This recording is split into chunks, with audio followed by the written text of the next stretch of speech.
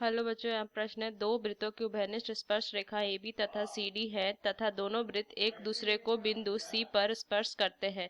यदि बिंदु DAB पर इस प्रकार स्थित है कि CD बराबर 4 सेंटीमीटर है तो AB का मान ज्ञात कीजिए। चार विकल्प है, चलिए इस प्रश्न को हल करते हैं। सबसे पहले इसमें अगर हम दो वृत्त बनाएं तो यहाँ से अगर मैं देखूं तो ये बिंदु मान लीजिए कि ये A है और ये B है और ये C बिंदु है और ये D है।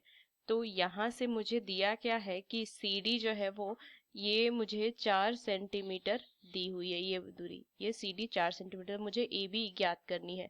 अब अगर मैं देखूं मुख्य अवधारणा इस प्रश्न का लिखूं, मुख्य अवधारणा, तो देखिए हमने यहाँ से पढ़ा था कि किसी वृत्त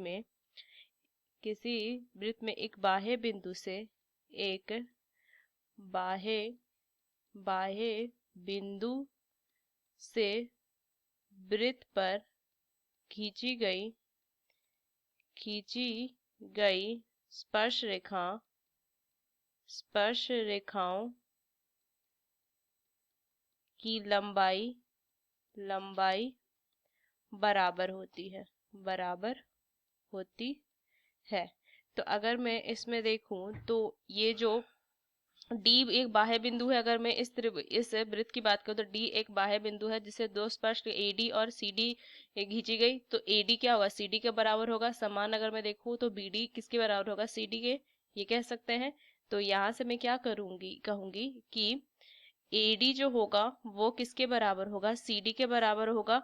तो ये किसके बराबर आ जाएगा, 4 सेंटीमीटर आ जाएगा। उस तरीके से अगर मैं देखूं तो दूसरे वृत्त में अगर मैं लिखूं कि BD जो होगा वो किसके बराबर होगा, CD के बराबर होगा। ये भी आ जाएगा 4 सेंटीमीटर।